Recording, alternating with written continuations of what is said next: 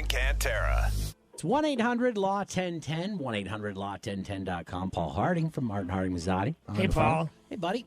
Good morning. Woke up, more snow than I would have guessed. Did you guys did cab rides the night before Thanksgiving, right? We did, yeah. You guys, thank you for that. You guys are the best when it comes to that. Did you go anywhere? Did you go anywhere for the holidays or for the holiday? No, I kept it in, laid low. There you go. I found That's myself, I'm like napping now instead of going out till 4 in the morning. Taking naps midday. Yeah, we know what that's all about. It's okay. Don't be afraid of the nap, Paul. Don't be ashamed. Don't shame yourself or guilt yourself. No, you're right. Well, on the Wednesday before Thanksgiving, the Arena Football League officially shut down. Prior to that, they had suspended operations. And we have Paul on here to kind of tell us what brought down the AFL, which had been around. It was one of the, I think, the third oldest professional football league in the nation or in North America. It had been around for like 30 years. What did in the Arena Football League, Paul?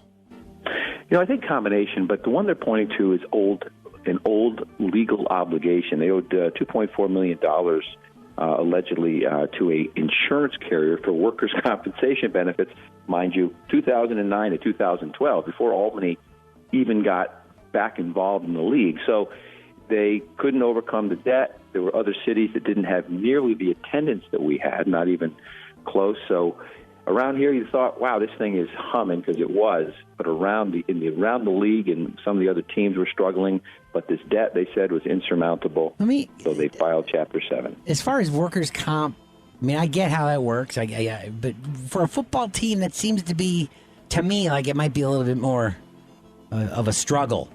To pay off your work. Yeah, because 50% of your guys are injured, right? Yeah, and they all part of their job is getting hurt. And even just staff too, because there was more people who they all lost their jobs too. We got the players who lost their jobs. We got all the administration and staff. So there were several hundred people who actually worked, or a few hundred people actually who worked at the Arena Football League, and so just general workers' comp. But yeah, you've got that. Tommy Grady just bought a house. Yeah, the quarterback just bought a house here. Yeah, I know. I met him when he first came in. He and his wife and his family. Great guy. Glad he's here. I know he seems like he'll land on his feet doing something else. He uprooted himself from Florida and moved up here. And see, this is who hangs out with guys like Grady, dude. It's Paul Harding. That's who hangs. They rub shoulders at these parties. He won't remember. I think I just got an autograph and I kept moving. Yeah. Paul, let's go back to what is, I don't know, what is Chapter 7? I always hear Chapter 11. What's the difference? Yeah, Chapter 7 is a complete liquidation. We're shutting down operations. There's not going to be, this thing is not resurrecting itself under its present form. So, yeah, you got chapter you hear about. But you recover from 7 faster, right? It kind of takes the debt away much quicker. You don't have like a long payment plan, and you'll hear the payment plans people go through, individuals and companies. You'll hear Chapter 13. We're just going to reorganize. Right. We're going to come back at you, but we're going to pay everybody about 50 cents on the dollar or whatever we're going to do. Here, guys, it's done. Take the desks, take the phones. We are no longer in So, operations. in your professional opinion, Paul, there will be no resurrection of the Arena Football League in any other way, shape, or form, right? Yeah, and Roger Weiland kind of said the same thing recently. It's just, this is probably the death knell for that league, even though, as you say, it's been around a long time and it had lots of success.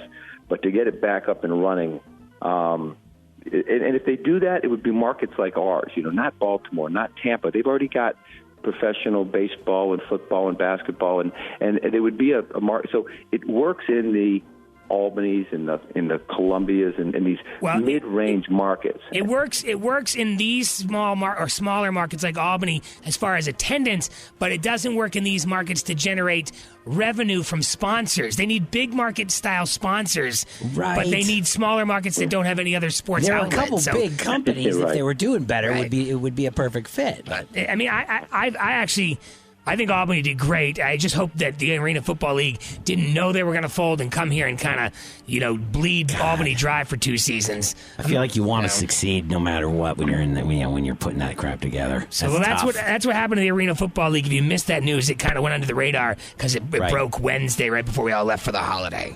Well, thanks, Paul. We appreciate it. You want to go play some flag football over the holidays, maybe? We can, get a team together? Don't do that either. No, interrupt my napping. He'll be with Tommy Grady. He's nap. Put your sweatpants on. Curl up on the couch, Paul. Watch one of them Lifetime Christmas movies and enjoy yourself. Paul Harding. That's it. That sounds like the plan. From Martin Harding Mazzotti, 1-800-LAW-1010, 1-800-LAW-1010.com. Thanks for the cab rides last week. We appreciate that. You're welcome, guys. Thank you. You're welcome.